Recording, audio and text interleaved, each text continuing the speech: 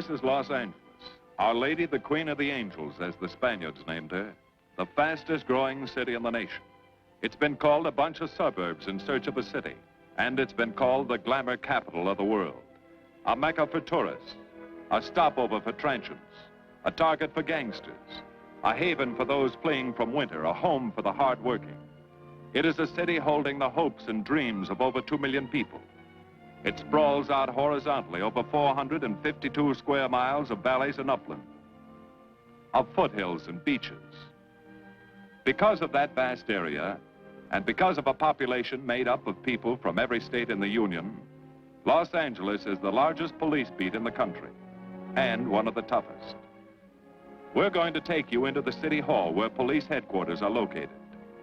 Here in communications are the ears and voice of the police. The lights on the complaint board flash 24 hours a day. Citizens reporting a prowler, a lost child, a man molesting a woman, an auto accident, a wild party. Spend an hour or two here and you will think the whole city has gone berserk. Minute by minute, the orders go out to the radio cars in the far-flung divisions. Watts and Wilshire and West Los Angeles. Hollywood and Hollenbeck Heights in North Hollywood. The work of the police, like that of woman, is never done.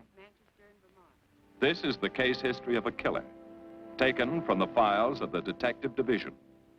The facts are told here as they happen. The story properly starts here in Hollywood Division headquarters at 1 o'clock of a June morning last year. Officer Robert Rollins had finished his tour of duty and signed out. It had been a tough day. He'd be glad to get home. His wife would be waiting up for him, as she always did.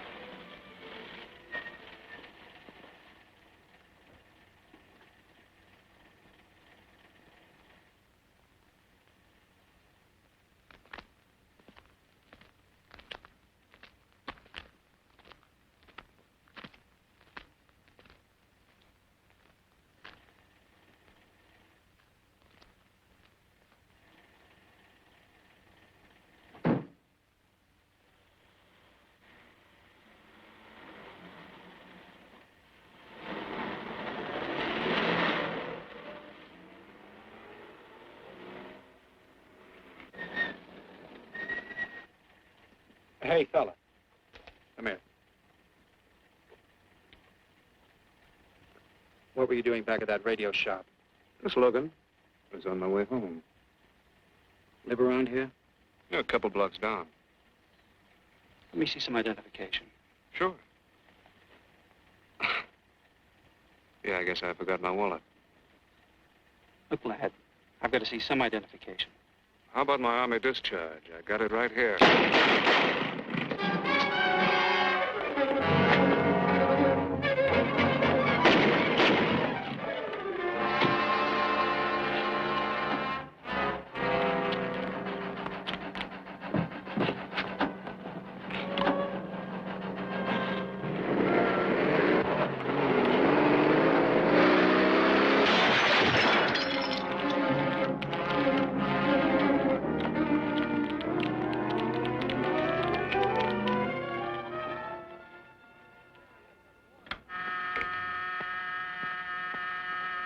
Police Department, Operator 27. I want to report the shooting of a policeman. Hold on, please. Give me that again, please. I'm calling to report the shooting of a policeman. What's the address? 5057 State Street, just west of Santa Monica. Just a minute. Receiving hospital. Operator 2. Operator 27, 5057 State Street, 5057 State Street. An officer has been shot. Send an ambulance. All units in the vicinity of State Street and Santa Monica Boulevard. Proceed at once to 5057 State Street, 5057 State Street. An officer shot. Code 3.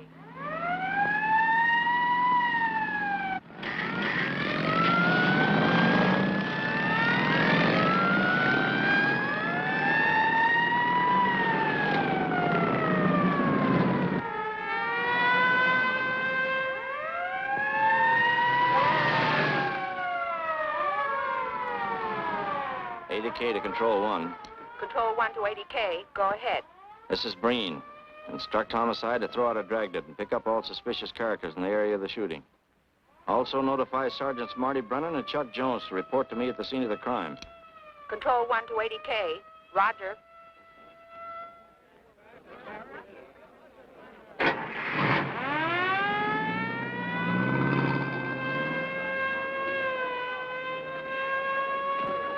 I see. Well, what have you got so far? Well, not much, Captain Breen. A couple of cartridge cases. Oh, Marty, Chuck. Hi, Cap. Eyewitnesses? Who was first on the scene, reported it? I was. I live here. I'm a light sleeper, but my hearing is good. And my Did cat... the officer say anything before he collapsed? Yeah, he gave All a description of the fella. On He the was... shooting of the officer. Suspect is a white male American. Age 26 or 7. 5 feet 10 or 11. 155 to 165 pounds. Brown hair. Regular features. Pencil mustache. Repeat broadcast. All units. Is that about it? Yes, sir, exactly. And the officer kept saying, he looked like such a nice kid. He looked like such a nice kid. As if he couldn't believe what had happened to him. I see. Is that all? Yeah. Thank you very much. Yeah, well, anything else I can do, I'd be glad to help you. We may call you. Get his name and address, will you, Bob? This door been checked, Lee? Yeah, it's okay, Captain. Find anything? Nothing but some smudges so far. Found this in the glove compartment. I think it's nitroglycerin. Doesn't look quite right. Well, check it down at the lab. Right.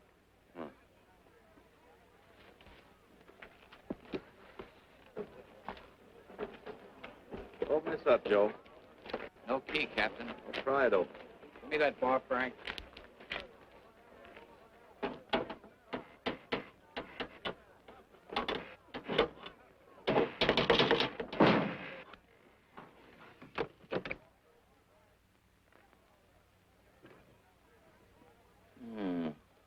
Regular arsenal.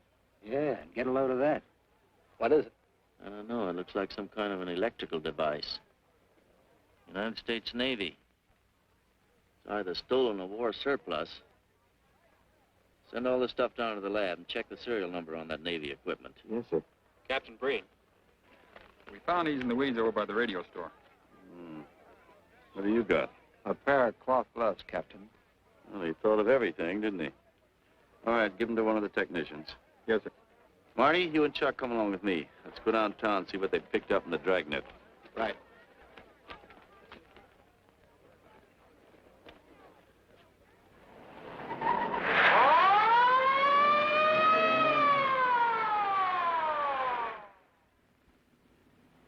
You know him, Marty? Yeah. I know his wife, too. Ever since high school. Captain, I wish you'd let Chuck and me handle this case. All right. I don't want any dead heroes. I just want the man who shot Rawlins. The suspects began to arrive at headquarters in droves. The police tossed every motel and hotel and many private homes in a 4-square-mile area around the scene of the shooting. Every available radio car and patrolman and detective was out on the dragnet. The strings were being drawn tighter and tighter.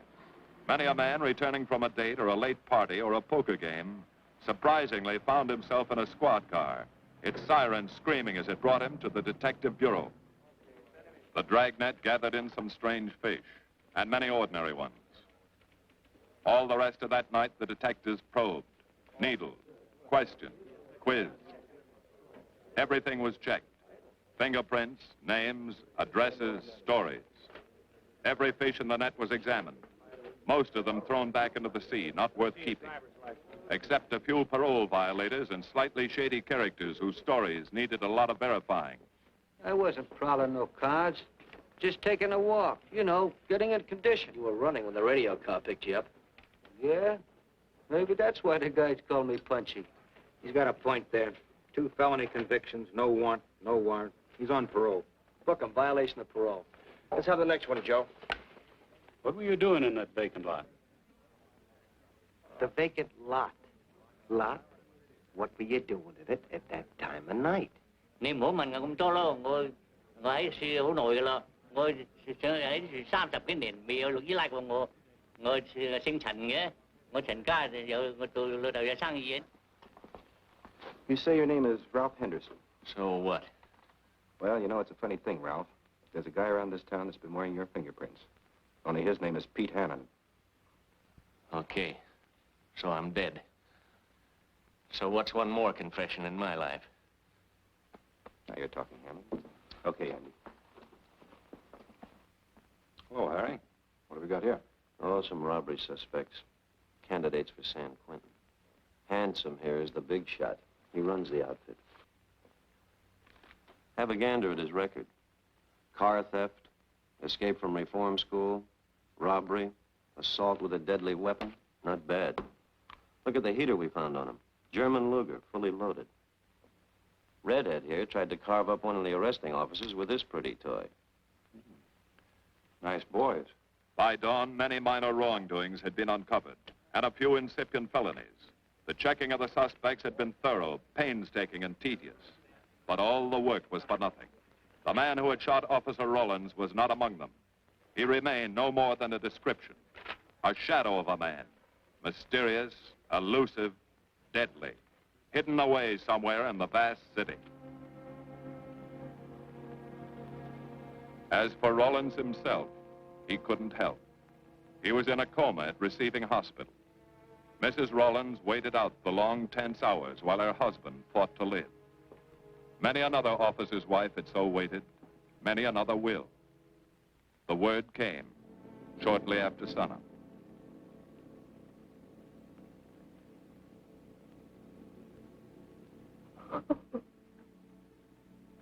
Oh.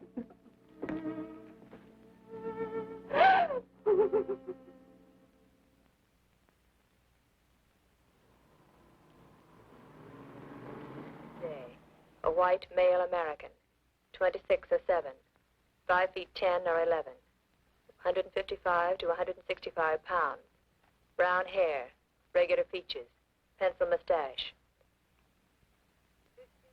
This was no frightened fugitive. What went on in his mind?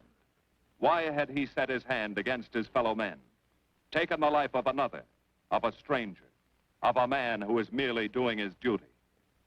He must have some plan, some goal that called for sudden death to anyone who got in his way.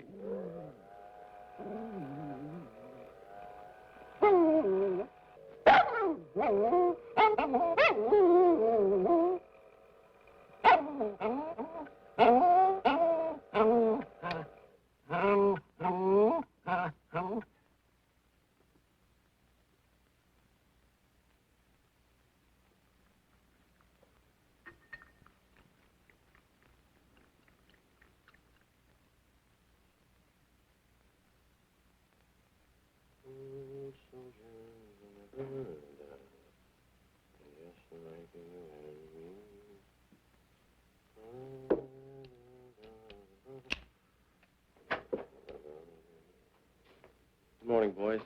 Morning, Lee. Hi, Professor. Well, I thought this was safe cracker soup. You gonna drink it, I hope? I'm really a nice guy. Stick around. I'll prove it. Come over here.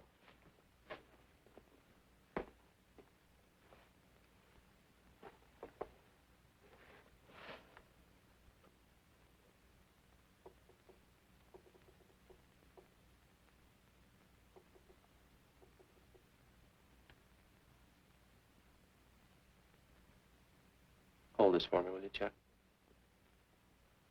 Thank you. Now, if you'll hand me that hammer, Marty. Thank you.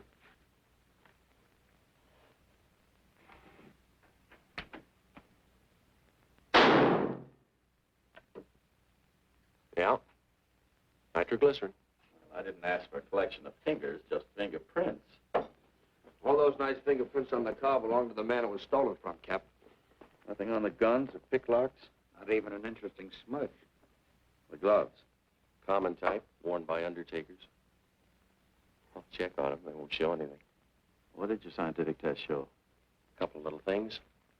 Tool identification on these picklocks. I got one under the scope. You want to take a look? Yeah.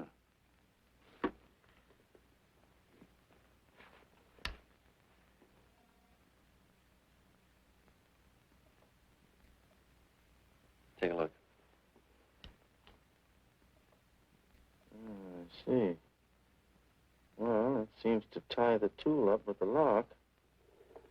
Now, if that microscope would only tell us who did it. I'm working on that.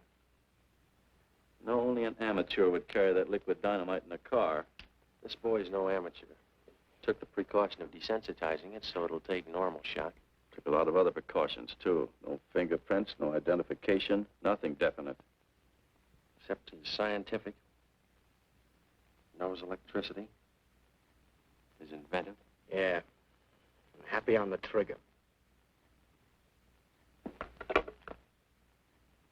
This is Captain Breen. Get me Captain Stevens a burglary, will you? I hate to disappoint you, Lee, but I think you've come up with something. Hello, Steve. How are you?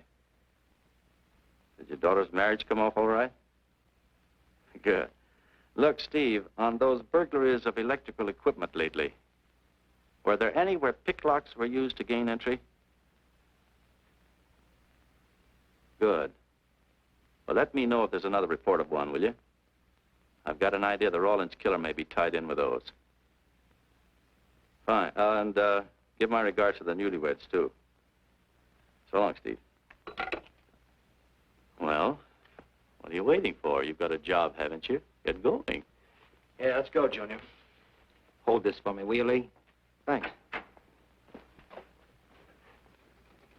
And so, with no fingerprints and only a vague description to go by, Sergeant Brennan turned to the modus operandi file. A criminal, like any human being, has his own habit patterns, unconscious traits that can lead to his downfall.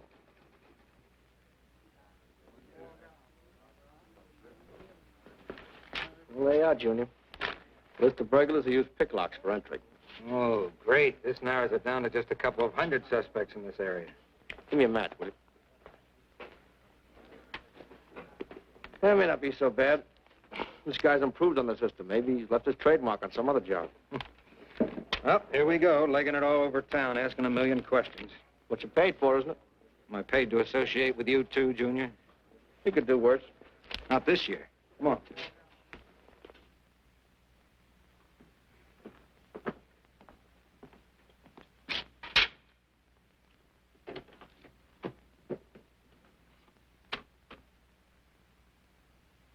Car 12, car 12, in the 10,000 block on Mississippi. A 394-15 disturbance.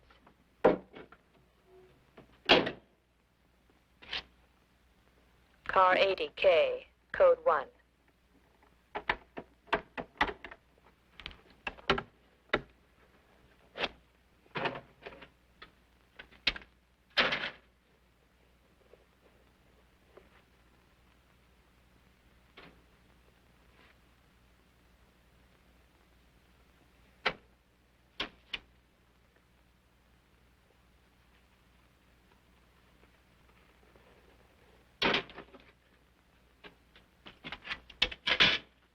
All units, on the broadcast of the suspect arrested in the shooting of Patrolman Rawlins. Cancel the cancellation. Suspect released from custody.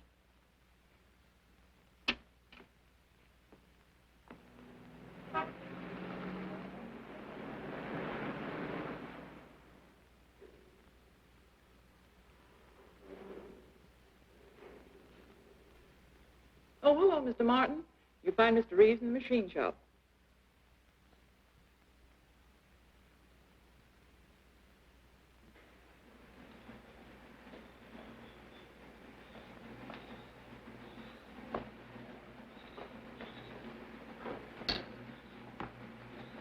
Hello, Roy. Glad to see you.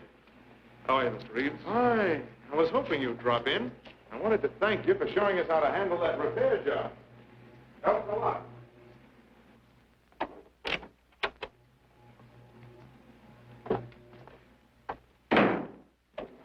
Oh, what have we got this time?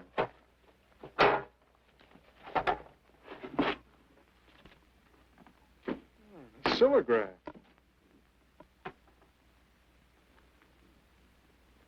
Well, there are plenty of these around, Roy. Not like this one. Yes, I see. I suppose, as usual, you've added your own improvements. You know, it seems wrong that a man of your talents should bother consigning equipment for rental. I'd like to see you devote yourself entirely to experimental electronics. It'll come one day. I'll have a place like this. Well, why wait? I've got a pretty good setup here. You'd have modern equipment to work with, a lab, and my confidence. Thanks, Mr. Reeves. I have other plans. But, Roy, you can't tell where it'll lead. Might even work your way around to a percentage of the business. I like it this way. You just rent out my equipment. All right. All right. But if you should change your mind... I'm not likely to change my mind. I suppose you want me to set this up for rental, too. Mr. Reeves, you've already got 5 pieces of my equipment. And you'd like to know what results I've had from the rental so far, Well, I can't say as I blame you. I think you'll find this satisfactory. Satisfactory. Goodbye, Mr. Reeves. And you'll come back again soon, won't you? Sure. Oh, incidentally, how's that television projector coming along? The one you said would reflect a 12-foot image. Still working on it. I just wanted you to know I've already set up a rental on it. In fact, I think they'd like to buy. It'll come pretty high. Oh, money's no consideration with this customer.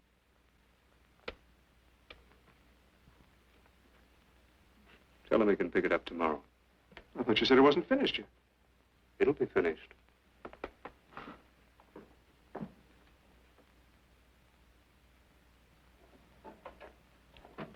It uses an image fixer and then projects by ordinary incandescents.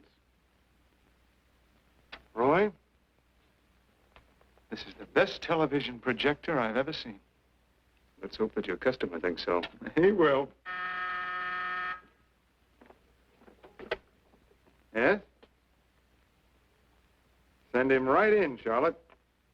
There, you see, our customer is here, begging for the privilege of buying. Better be running along. I'm not much good at business. Oh, but Roy, he'll want to congratulate you. Just see that the price is right. All right, Roy. I'll get you a good deal. So long. See you.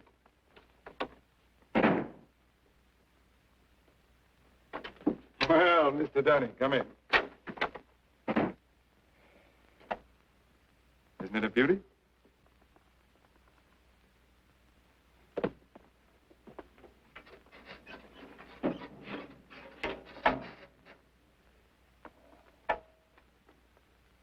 It's a beauty, all right.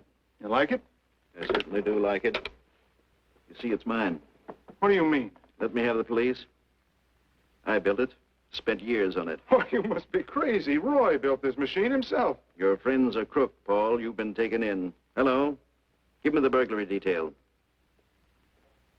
Dear Jim, regarding your inquiry on a .38 caliber Smith & Wesson revolver, serial... Oh, come in, boys. Burglary detail just sent this report through. There's a man named Dunning reports tracing a stolen television projector to the Reeves Electronics Lab. Think it's a tie with the Rawlins case?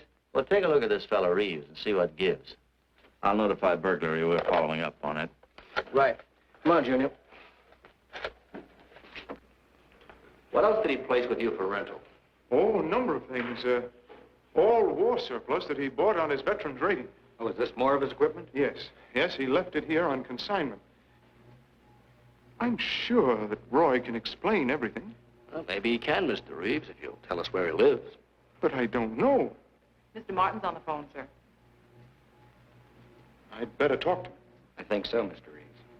I'll take it in the superintendent's office.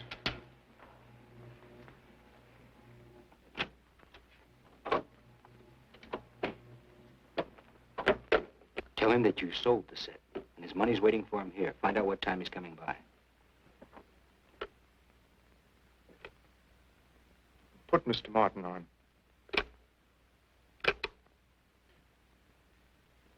Hello, Roy? Yes, I've sold it. Your money is waiting here for you. Yes, I'll be working late tonight. What time will you be by? First thing in the morning. Well, maybe you better come in tonight, Roy. A couple of things I want cleared up. Like what? Oh, technical things. Besides, I don't like to leave the money in the plant overnight. How about 8:30? Fine. I'll see you then. I'll leave the front door unlocked.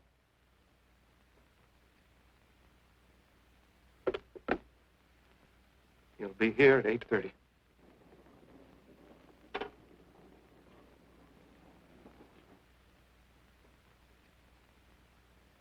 Well, I'll just run along home and get some dinner.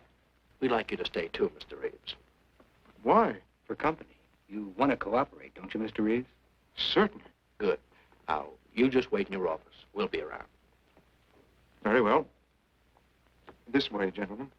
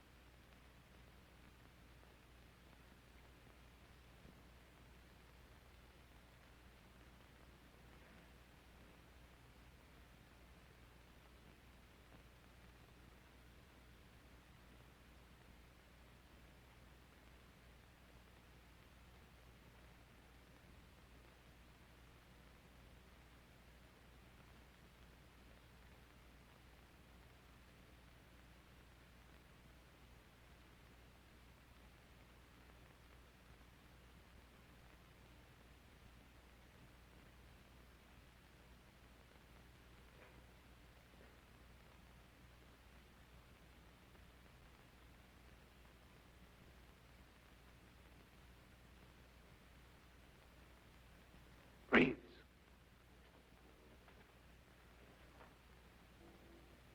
that you, Roy?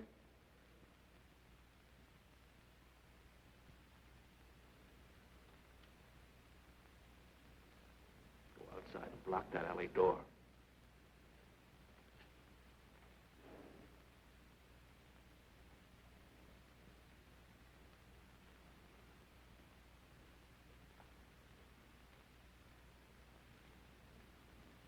Where are you, Roy?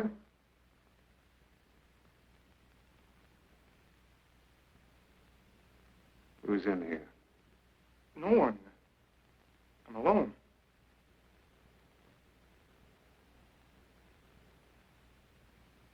Come on in. I've got your money for you. Bring it out here. All right. Just a minute.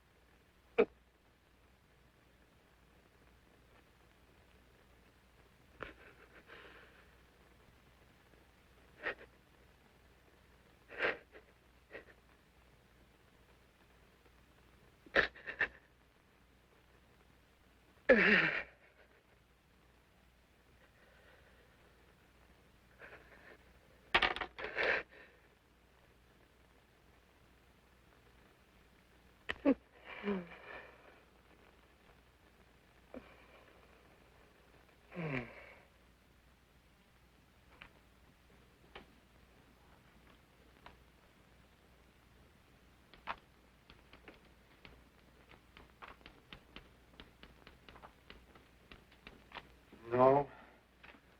None of them even looks like Roy Martin. He had such a fine face. Didn't keep him from carrying a gun. Or didn't you know that? No, I didn't. I told you all I know, all he ever told me. What about his friends? Didn't he have a girl? No, I don't think so. He had no interest in anything but electronics. Where did he pick up the subject? Books, magazines. Mostly from the Signal Corps. He was attached to a radar unit. Get a teletype off to the War Department. That might help. Yes? Ready on your call to receiving hospital, Captain Breen. Hello, this is Captain Breen. What is the latest report on Sergeant Jones?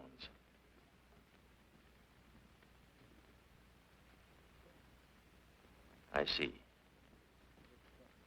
Well, let me know if there's any change, will you? Thanks. Chuck's in pretty bad shape, Marty. He's paralyzed. May never walk again.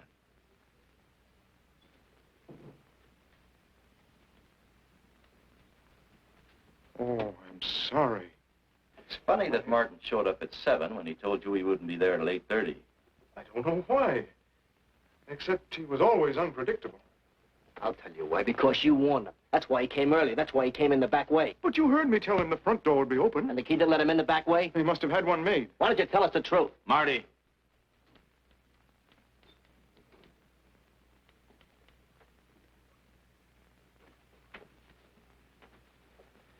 Now, look, Paul. You can make it a lot easier for us to believe your story if you'll just give us some facts. Something that might help us. I told you all I know. I've been gullible, all right, letting him make a fool of me. But I'd do anything to make up for what he did to Detective Jones. Sure you would. You can go now. Oh, thanks. Thanks. My friends, they can vouch for my character. That's good. We'll call you if we need you. Thank you very much. I think he's telling the truth, Marty. I think he's just gullible, like he said. What about the stolen stuff he was trying to peddle for Martin? We'll use it for bait.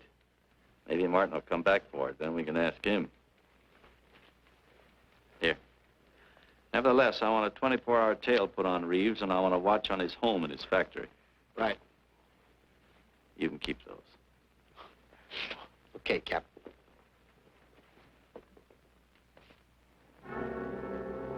And now the killer changed his tactics, his modus operandi. It would baffle the police. They always expected burglars to remain burglars, not go in for stick-ups. They'd never tie this up with him.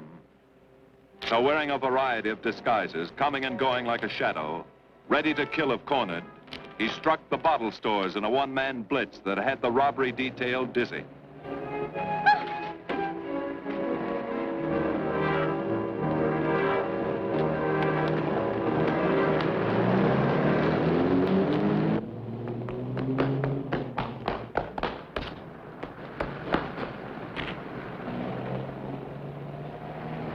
The killer, always resourceful, always thinking along lines that would baffle his hunters, had discovered an ideal avenue of escape. Under Los Angeles is a vast and intricate system of huge storm drains built to siphon off the flash floods of the rainy season. Many of the tunnels are large enough for 2 cars to drive abreast. Here were 700 miles of hidden highways, ideal for the use of someone who needed to hurry from place to place without being seen. Ideal as a hiding place for guns and supplies in case of emergency. What is it, Lee? Well, the reason I asked you to come over is I think I've hit on something. An identification? No, not quite, but a tie-up. Now, These are the shells from the gun that killed Rawlins. These were fired in the liquor store holdup in which the bandit got away. And these were fired at Chuck. Now, as you know, every ejector, even in guns of the same model and caliber, is different. Each one leaves its own markings on the cartridge casing. Now, look at these fine striations. This deep gouge. The same on all three. In other words, the man who killed Rawlins and the man who shot at Jones and Brennan, the stick-up who's blitzing the liquor stores are all the same man. Right. All we need to know is what that man looks like. Get me Chandler and robbery, will you? I've got an idea about that. Also, it'll give us a chance to see if Reeves is on the level with us. Steve, Breen, about those blitz holdups you're on. Round up all the victims and have them down here tonight, will you? Oh, it's just a little scheme. Thanks, Steve. That's good. Now sketch another one of the same type, only this time thin it out a little, huh? All right. Hi, Lee. How's it coming? Be ready for tonight? We'll be ready. Think it'll work? It should. When'd you get the idea? From a kidnapping case in Chicago. But I thought these slides might be an improvement over the method they used. Could be. Captain thinks so. Good evening, ladies and gentlemen. May I have your attention for a moment, please? You've all been asked to sit in on a little experiment tonight. We're going to try to build a picture of a face. A face of a man who's cunning, resourceful, and deadly. He's a man who killed a police officer.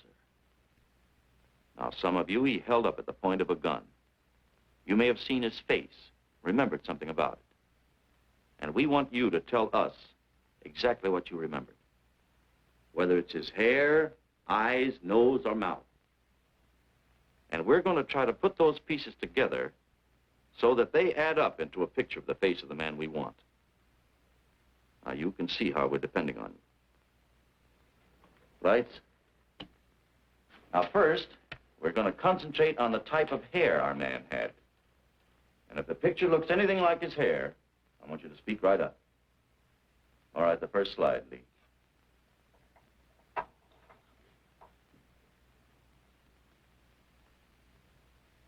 His hair had waves in it, well-groomed. That's the idea, Miss Smith.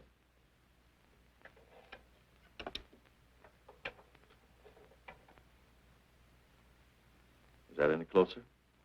No, it was parted on the side.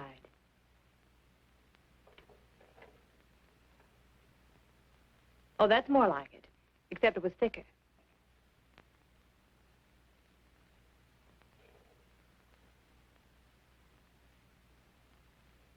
Oh, that's very close. Yes, that's the way his forehead looked. It was broad and high. All right, hold that slide. On the next series of slides, we'll take into account his eyes.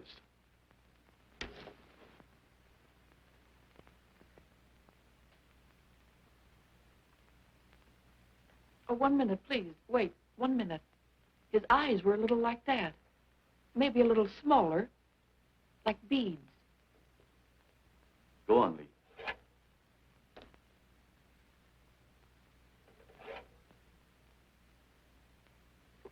Now you've got it. Now, hold that slide, Lee. Anyone else? That looks like him, only a little madder. He had a patch over one eye when he come into my place of business. I remember noticing that the one showing was blue. Well, the guy that stuck me up had on horn-rimmed glasses. He was wearing a Band-Aid across his nose when he knocked me over. Uh-huh. All right, hold that, Lee. Well, so much for the eyes. Go ahead.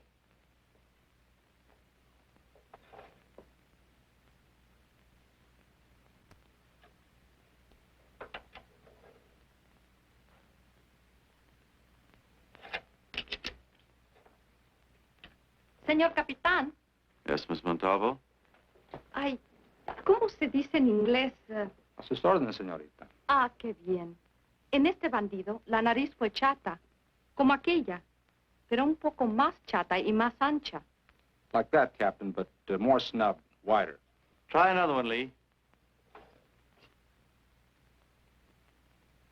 Como aquella. Casi la misma. She says that's about it. Thank you very much, Miss Montalvo. Get Reeves. Any more comments? That's pretty close, all right. Pretty close. Perfect. All right, now we'll start on the mouth and chin. The next series, Lee. I think his lower lip stuck out more. The mouth was thin and mean, like it never laughed. Go ahead. Something like that, but thicker lips. There. That's it. That's him. All right, now hold that right there, Lee. Oh, come in, Mr. Reeves. Good evening, Captain. Did you ever see that face before? Why, it's Roy. Except for the hair being a little lighter and the eyebrows heavier, it's Roy. You're sure? I'm positive I'd know him anywhere. Lee, I want a retouched photograph. Now lighten the hair and give more body to the eyebrows. Right. Lights. That's all. Thank you very much. You've been a great help. It's positively amazing how you found out what he looks like. Well, we're looking for an amazing criminal, Mrs. Johnson. Thank you and good night. Good night, Captain. And so the face of the unknown killer, built up from fragments of evidence, was sent out all over the country. To chiefs of police, to sheriffs, to county constables and county jailers, to the wardens of prisons, to all postmasters and postal inspectors, to the agents of the Treasury Department, to the FBI. They showed that picture to the inmates of jails and prisons, to men with a wide acquaintance among the cat burglars and the violence boys. Informers and conmen and sharpshooters were quizzed, those on the fringe of crime and those deep in the rackets. Many wanted to help. Nobody could. No one in the underworld recognized that mysterious face. He was as unknown as if he had lived in the 16th century.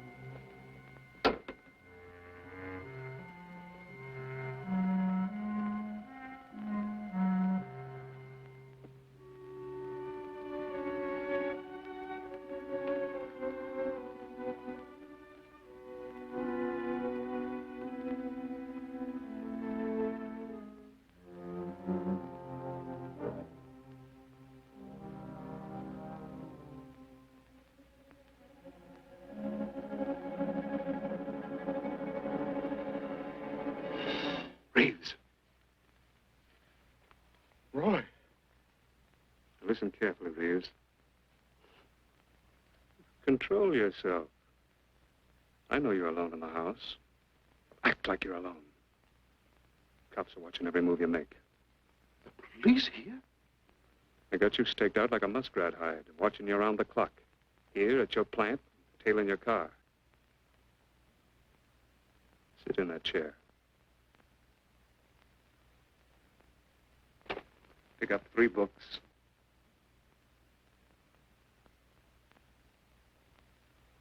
Don't look up and don't answer me. All right. So glance at the books.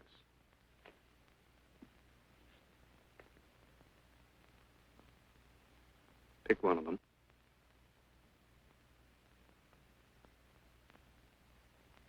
Okay. Now, that's the book you want to read before you go to bed. Now, get up and turn off the lamp.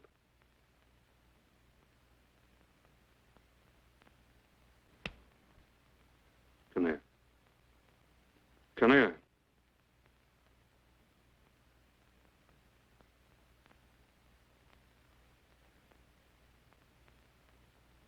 Go in the den.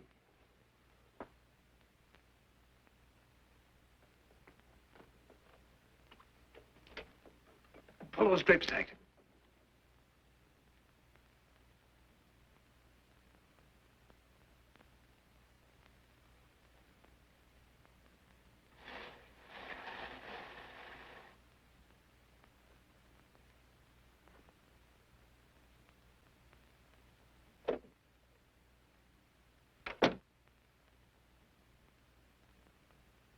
Now get away from him.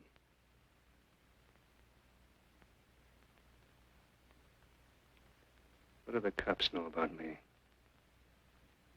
Not very much, Roy. No fingerprints. They haven't even got a picture of you. They're trying to make one.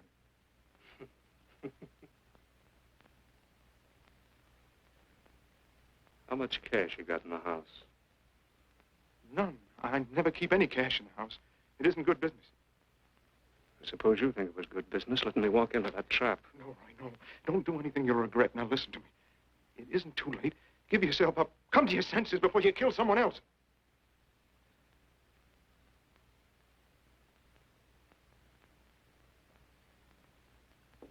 What do you mean, someone else? What do you mean? Nothing. The two officers, they said one of them might die. He's still alive, isn't he?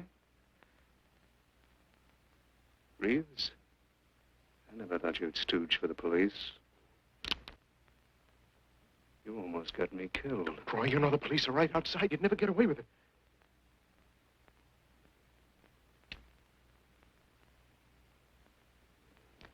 That's right. Now you're being sensible.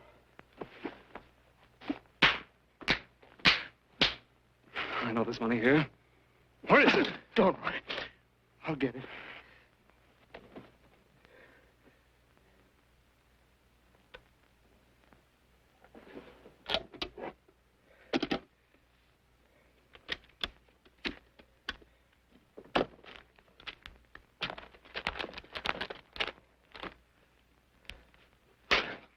It's not enough. Stuff you've got in mind is worth thousands.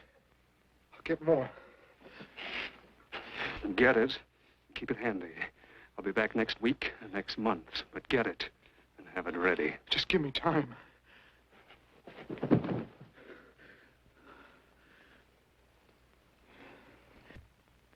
Oh! Look, I don't want policemen outside my house following me around. That's what made Roy suspicious. I'm leaving in the morning. I'm afraid I'll have to disappoint you, Paul. Unfortunately, you're our bait. I won't do it. I've done enough. Look, no one's done enough until we find this killer. I asked you to keep a sharp lookout on this house, Marty. I did. Two of the best undercover men in the department were assigned here. That didn't keep Martin from getting in. What's the matter? You tired?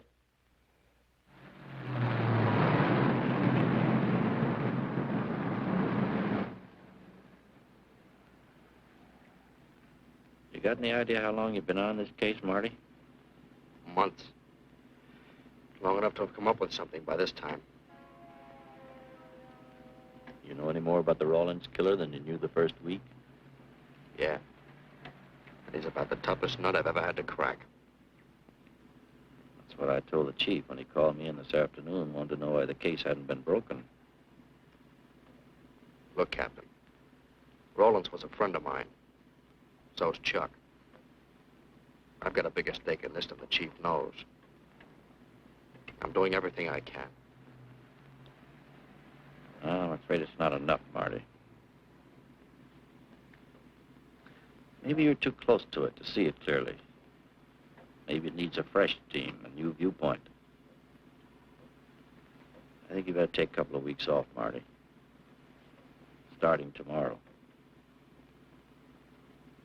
Anything you say, Captain.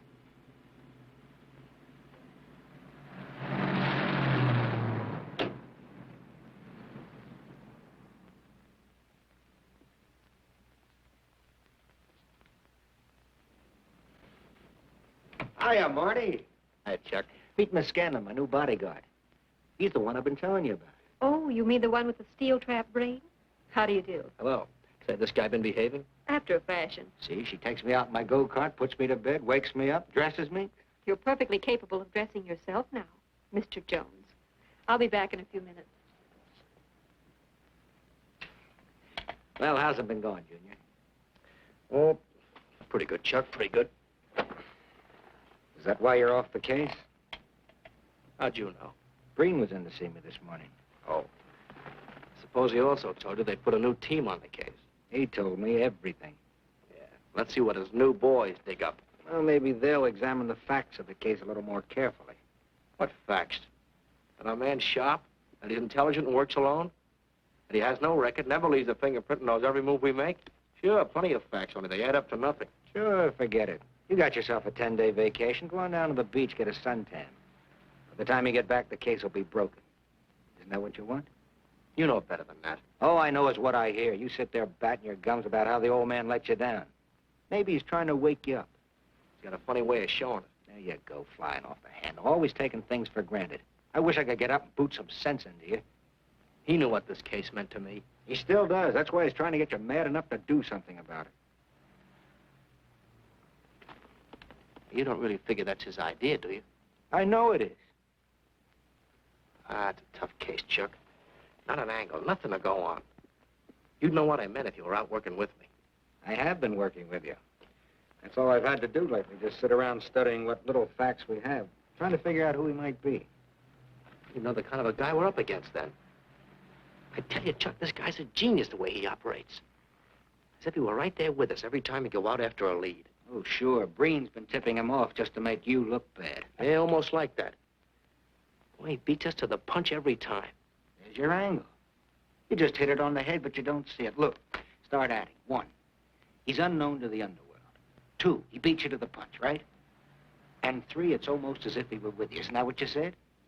Yeah? Well, tie that up with a lot of other little things, like the fact that he uses a police gun and the accuracy of his shooting. Anybody could buy a police gun, and the Army could have taught him how to shoot. Yeah, but who taught him how the police operate? Oh, I know what you're driving at, Chuck. But a cop. Those things happen. Yeah. Now, if I were still in the case, I'd start with our own department first, then Santa Monica, Culver City, Burbank, Pasadena. See you later, Junior. Hey! Don't let him out of your sight, beautiful. It's the first time in years he's used his head.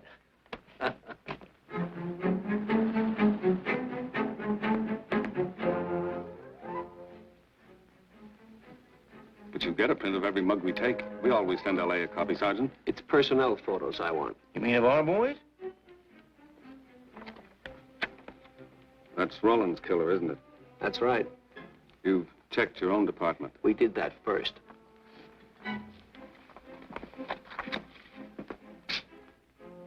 And so the tedious quest went on. Sergeant Brennan wore out his shoes and his patience, going from police station to police station, checking photos until his eyes were blurry. For police work is not all glamour and excitement and glory. There are days and days of routine, of tedious probing, of tireless searching, fruitless days, days when nothing goes right, when it seems as if no one could ever think his way through the maze of baffling trails a criminal leaves. But the answer to that is persistence, and the hope that sooner or later something will turn up, some tiny lead that can grow into a warm trail and point to the cracking of a tough case.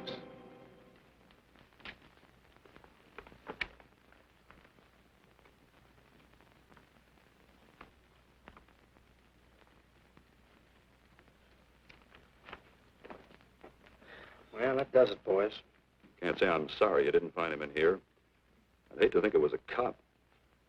Doesn't seem to be anybody. Just a lot of pieces of a face that never existed. Would you mind if I see that again? Sure, frame it. Put it on your dresser. Wait a minute. He wasn't a cop. He was a radio technician right here in our dispatch office. What did you say? I'm saying he worked here in 42. Well, come on, give. I remember the kid well. He was sort of strange, never bothered with anyone in the department, just kept to himself. But he was in line for promotion when he was drafted. Where was he living at the time? I don't remember. Try the dead files. He never asked for his job back after the war. I remember writing to him about it, though. He was an excellent worker. Oh, yeah, here we are. Yeah, this is it. Took a while before he answered, but like he says in the letter, he wasn't interested.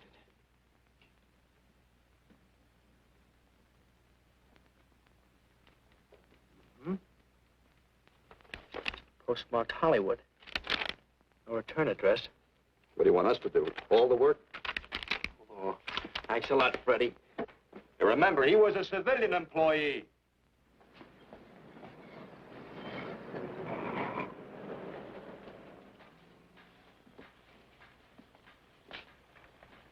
Well, how about it? Anybody recognize him? Not on my route. I never saw him before. Yeah, okay, fellas. Thanks very much. I thought for a minute... No. And yet that face. I wonder. Yeah? Well, this may not mean anything, but he looks like a guy that's on my route. He never gets any mail, but I see him around there all the time. He lives in one of the courts. Where? Come on, I'll show you. It's not that easy. What time does your route take you past those courts? About 9 o'clock. Why? Just thinking.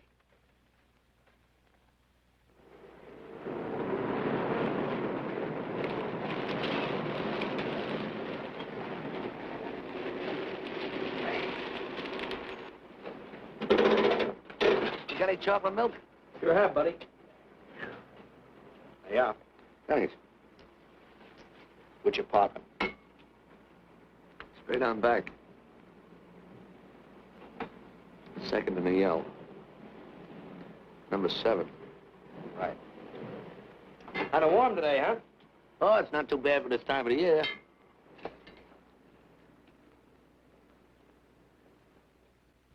Good morning. Morning. You're new in the route, aren't you? We had a substitute.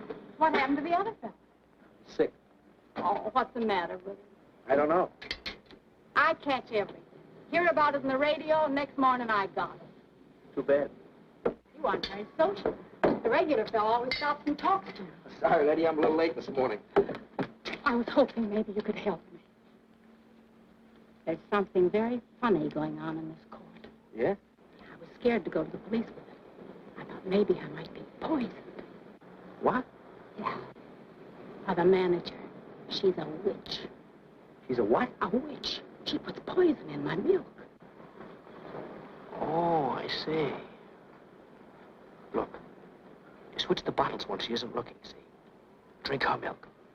Then you'll be safe, right?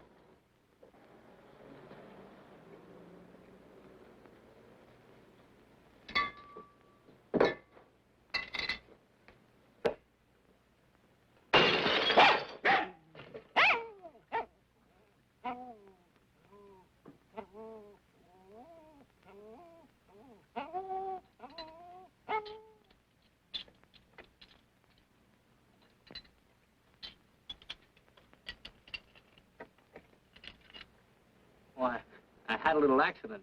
Got a mop, I'll clean it up. Leave it be. I'll clean it up myself. Okay, mister.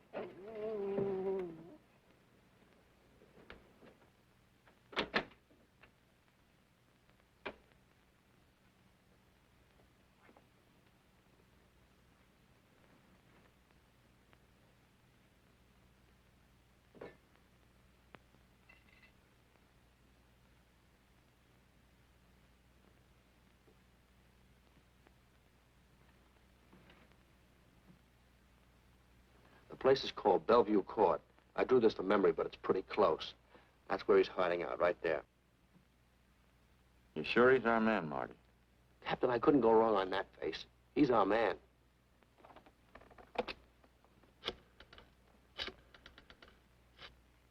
Now, there are 5 cottages in this area, and 2, number 6 and 7, in the L at the end of the row. Our man lives in number 7. This building department plan will show you the whole layout. It's bounded on 3 sides by Fuller, Santa Monica, and Poinsettia. Now, the court is partly surrounded by a high wall. Breen, homicide. Good. You keep your eyes open until we get there. Morgan has just gone into his bungalow alone. Any questions? All right, you all have your instructions. Let's go.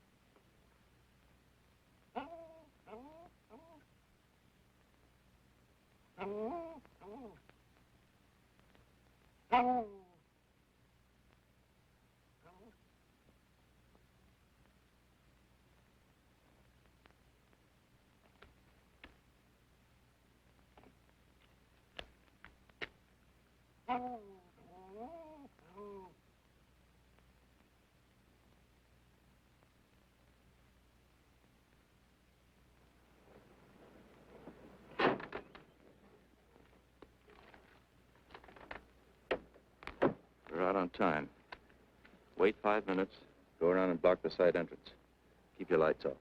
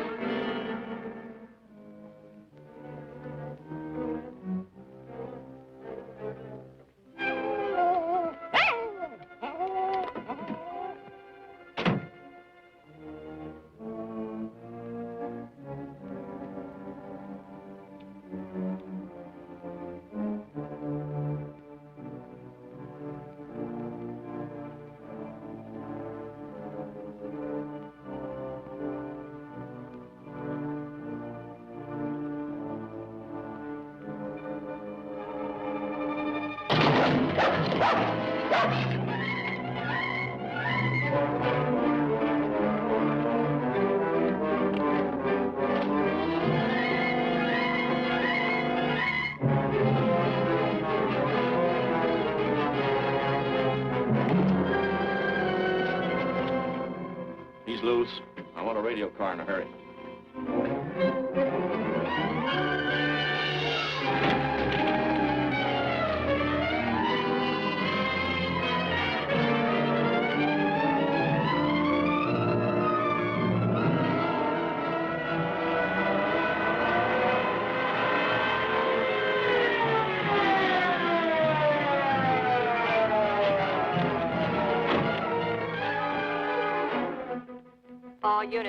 All units in the vicinity of Santa Monica and Fuller. The murder suspect in the Rollins killing is at large.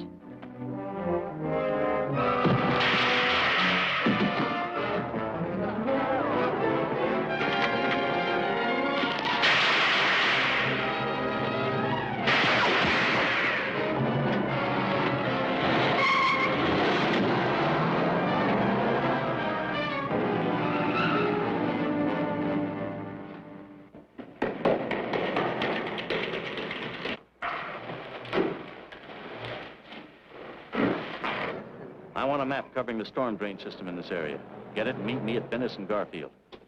Jones, Miller, you stay here in case he comes up for air.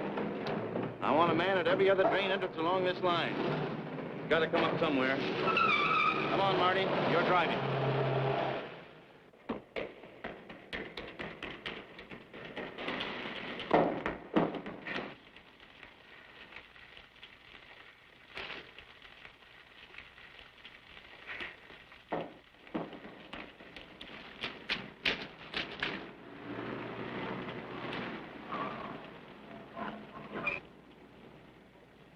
Keep this drain covered.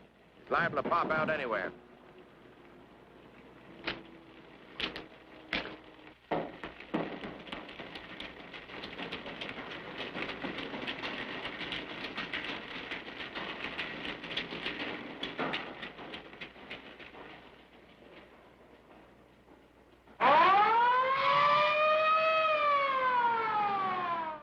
Why Venice and Garfield, Captain? It's the main intersection of the system. We can head him off that way.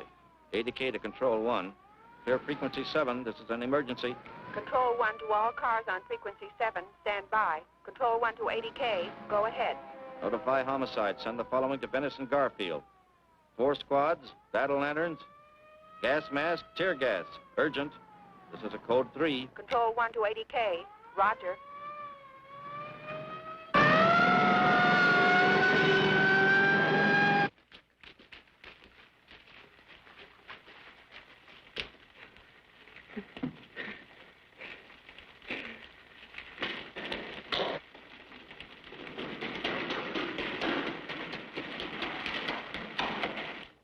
Probably head down this main drain to where it comes out at the Rio Hondo. Now, you take your squad and cover that exit. Right. Keep all spare radio cars cruising back and forth along this main street. Watch the curb inlets. We'll go in here.